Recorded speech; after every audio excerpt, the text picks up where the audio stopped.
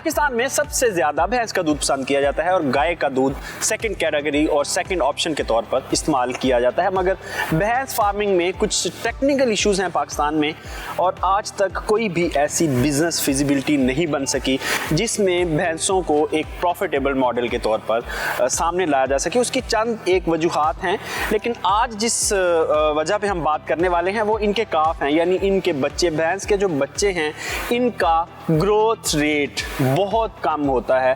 इस वक्त जिस फार्म पे हम मौजूद हैं इनके मियाँ साहब यहाँ मौजूद हैं, उनसे पूछते हैं कि ये कट्टा कितनी देर का है। ये कट्टा ये 1.5 साल का हो गया।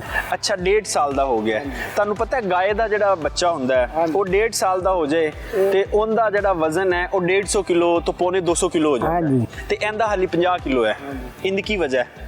पता नहीं, दुध भी छड़ी दा तो सारा इनू लगदा लुगदा ही कोई नहीं, सारा दिन खुला रहिंदा। अच्छा, यानी ये 1.5 साल दा है ते ए हाली है ही कद दे अंदा ते 50 किलो वजन। हां जी। अच्छा जी, ये मैं आपको बताऊं कि इस वक्त ये जो कट्टा आपको नजर आ रहा है इसको कम से कम 125 किलो का होना चाहिए, लेकिन ये 50 किलो का है।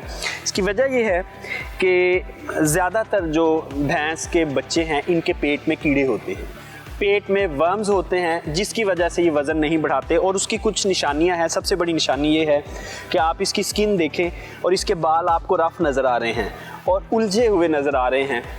अगरचे कट्टे शैम्पू नहीं करते लेकिन इसके बावजूद इनके बाल नरम होते हैं। और दूसरी एक और चीज़ गौर से देखें, इसका पेट जो है नीचे की तरफ लटका हुआ है।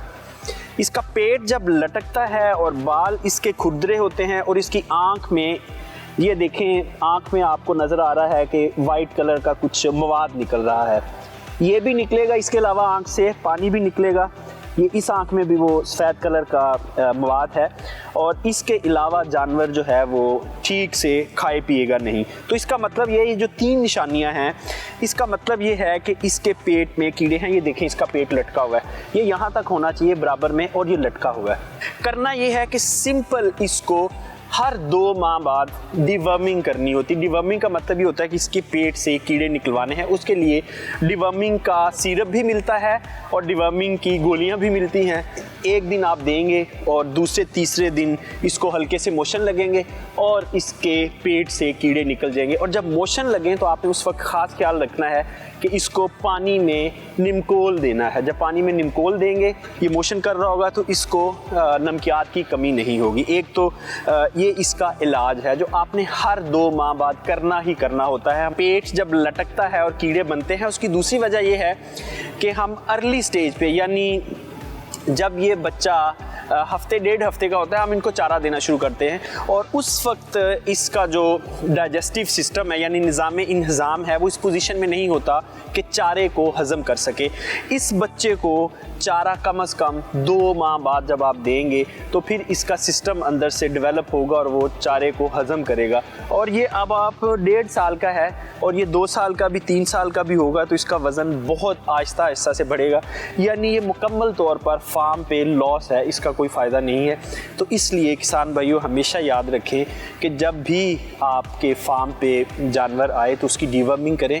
और एक SOP है, उसमें ये है कि हर 3 माह बाद आपने जानवरों की डिवर्मिंग करनी है। जब डिवर्मिंग नहीं होती तो फिर जब हम जानवर को जो खिलाते हैं वो पेट में कीड़े खा रहे होते हैं और वो कीड़े खुराक खा रहे होते हैं और हमारा जानवर जो है वो ग्रोथ नहीं कर रहा होता। इजाज़त दीजिए, खुदा हाफिज़।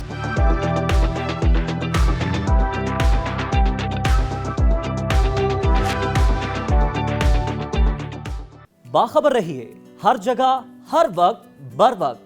अभी सुनो न्यूज का YouTube चैनल सब्सक्राइब करें और बेल आइकन पर क्लिक करें और जानिए मुल्की और गैर मुल्की हालात व वाक़यात यकीन के साथ।